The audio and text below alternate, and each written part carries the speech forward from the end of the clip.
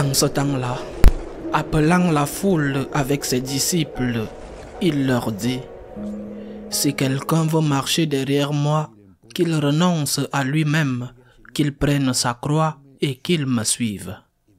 Car celui qui veut sauver sa vie la perdra, mais celui qui perdra sa vie pour moi et pour l'Évangile la sauvera. Quel avantage en effet un homme a-t-il à gagner le monde entier en le payant de sa vie? Quelle somme pourrait-il verser en échange de sa vie? Si quelqu'un a honte de moi et de mes paroles dans cette génération adultère et pécheresse, le Fils de l'homme aussi aura honte de lui quand il viendra dans la gloire de son Père avec les anges. Et il leur disait: Amen, je vous le dis, parmi ceux qui sont ici, certains ne connaîtront pas la mort avant d'avoir vu le règne de Dieu venir avec puissance. Acclamons la parole de Dieu. Au moins deux choses importantes à méditer dans ce passage de l'Évangile. Tout d'abord, le Seigneur nous parle du ciel. Nous ne devons jamais perdre cela de vue. Tout le message éthique, tout le message moral de Jésus ne peut être compris et ne peut être mis en pratique que si l'on a les yeux fixés sur l'éternité. Le Seigneur n'est pas un politicien qui te promet le paradis sur terre. Vote pour moi et je te donnerai de meilleures conditions de vie. Nous savons ce que valent les promesses des politiciens dans de nombreux cas. Le Seigneur est Dieu et il nous parle de la vraie vie, de la vie qui existe quand la vie ici-bas se termine, qui n'est rien d'autre, comme le disait Sainte Thérèse, qu'une mauvaise nuit dans une mauvaise auberge. Si nous avons perdu la foi en l'éternité, la foi en la résurrection, nous ne sommes pas chrétiens. Et comme le disait Saint Paul, nous sommes les plus misérables des hommes. Et c'est dans cette perspective d'éternité que nous devons mesurer toutes choses. Et c'est pourquoi Jésus nous dit clairement: celui qui veut gagner sa vie en se détournant de moi, c'est-à-dire en vivant selon le monde, selon ses instincts, se perdra et perdra ce qui compte le plus, la vie éternelle. Peut-être quelqu'un dira: je veux la preuve qu'il y a vie éternelle. Nous l'avons.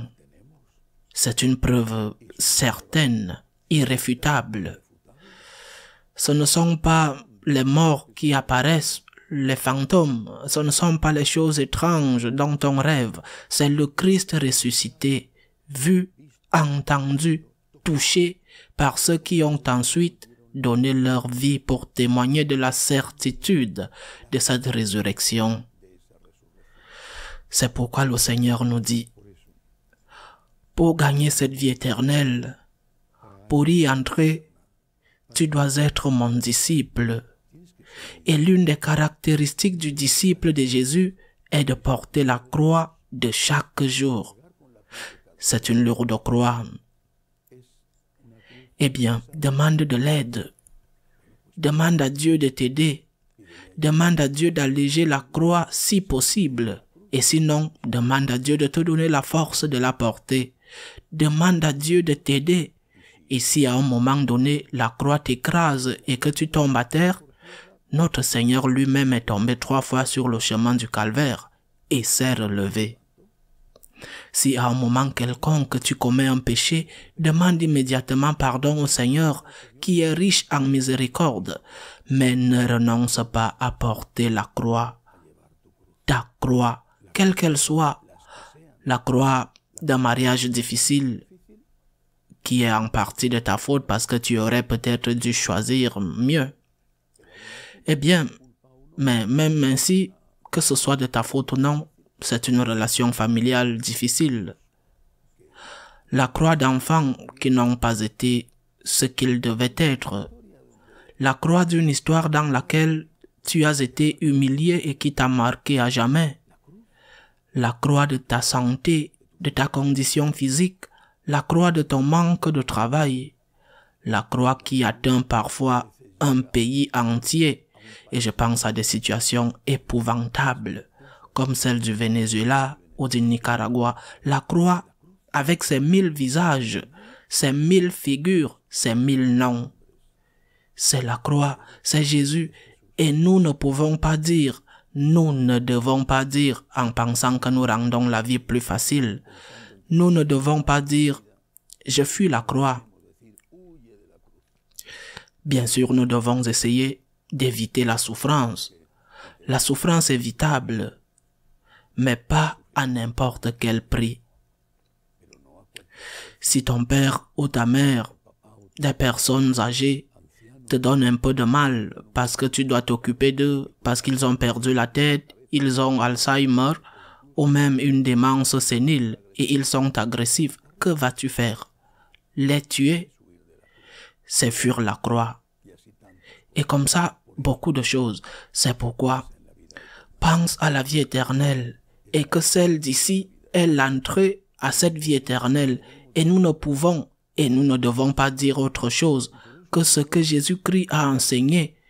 Et c'est pourquoi le Seigneur, qui est conscient de la difficulté de ce qu'il demande, dit ensuite, « Celui qui aura honte de moi et de mes paroles dans cette génération adultère et pécheresse, le Fils de l'homme aura aussi honte de lui quand il viendra avec la gloire de son Père. »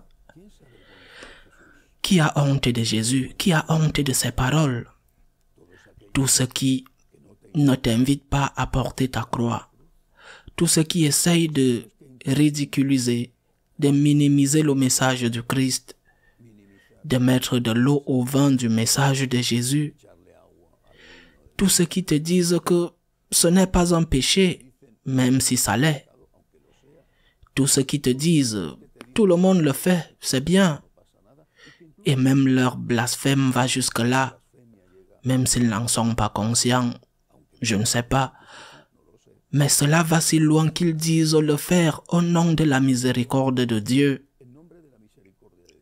Moi, je crois qu'au nom de la miséricorde de Dieu, Jésus-Christ n'aurait pas dû monter au calvaire, n'aurait pas dû subir les terribles tortures de la flagellation, du couronnement d'épines, de la traction du bois, de la croix, jusqu'au Golgotha, de la crucifixion, de l'agonie. Au nom de la miséricorde de Dieu, pourquoi Jésus a-t-il dû être crucifié? Nous avons fait, certains font, avec toute la puissance dont ils disposent, font un évangile différent de l'évangile de Jésus-Christ.